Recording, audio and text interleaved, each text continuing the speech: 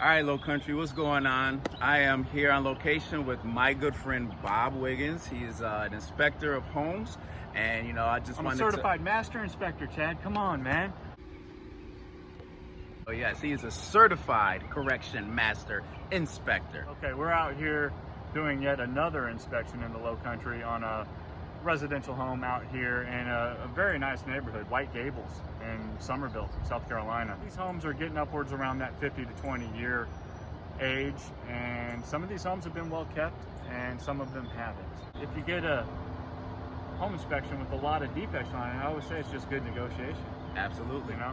Our goal is to make sure that our clients, our shared clients, aren't walking into any surprises. We want them to know the maintenance issues. We want them to know the serious issues. We want them to know the condition of the property as it is now. We also want them to have an idea of what's going to fail in the near future, so that they know that maybe they have a roof replacement on the horizon and that they need to budget for that.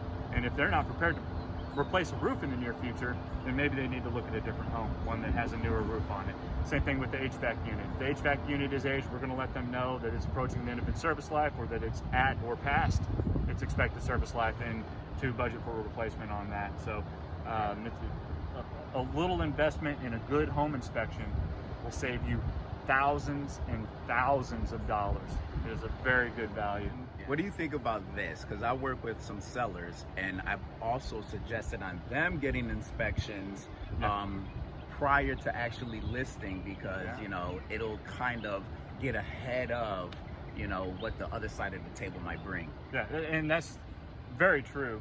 Pre-listing inspection can be a valuable tool for a seller because it does allow you to get in front of all the repairs. And if a buyer's home inspector comes through, they're going to make a recommendation that all the repairs need to be made by a licensed general contractor, a licensed plumber, a licensed HVAC, a licensed electrician. You may be able to do that on your own, or you might be able to have your handyman make some repairs and save a lot of money off of getting the licensed trades out to make those repairs. So you do have control over who does your repair and how they're done. You also can control the timeline a little better, because you know that there's not going to be those delays during the closing process where you've got to get those repairs done. Yes. Those repairs are done already, and you're under contract. There's not going to be any delays or scrambling during that contract, and you kind of control the timeline.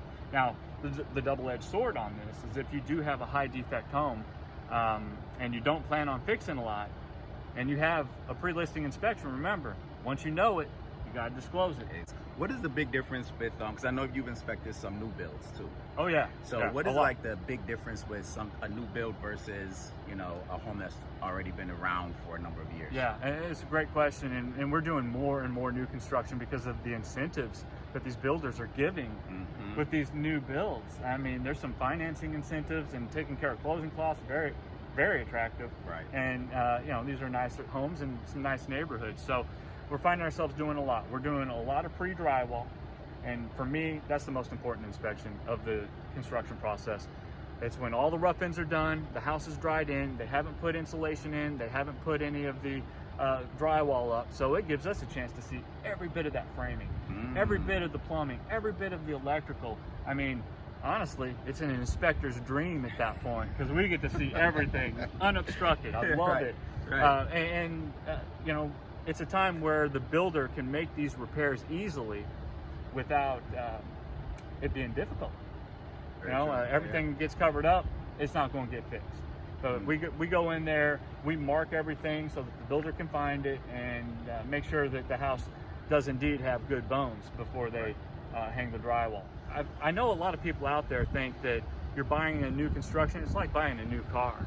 Right. And I don't need an inspection.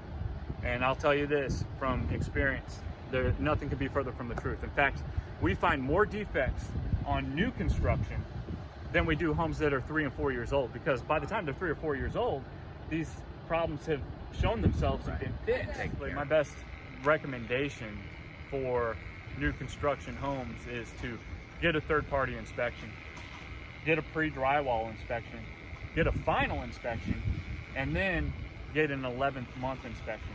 because these new homes have a 1-year builder's warranty, and some things can happen over that first 11 months that you've lived in that home. It's a good idea to get the inspector back out before the 12th month is up, and we can do another thorough inspection and create a punch list for your builder to address under that warranty before it expires. With regard to structure, they have building plans and codes set up for a reason, and we try to adhere by those. While a home inspector is not a code inspector, a lot of what we inspect does kind of fall under that code compliance. So your home inspector is not necessarily going to say this is code or this is not code, but we are going to make a recommendation that it may not be up to modern building standards, or may not be consistent with the building plans. Yeah, absolutely. Yeah. So, hey, you guys need to follow this guy. Seriously. Tell him where to follow. You can find my website at CarolinaPremierInspections.com.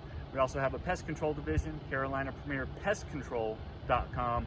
Of course, you can find me on Facebook, Bob Wiggins, Inspector Bob on Facebook.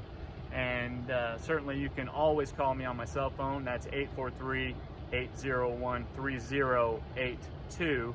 And I am more than happy to discuss with you any questions that you have, or if you're considering setting up a home inspection. I always recommend interview your inspector. Don't take anybody's word for it.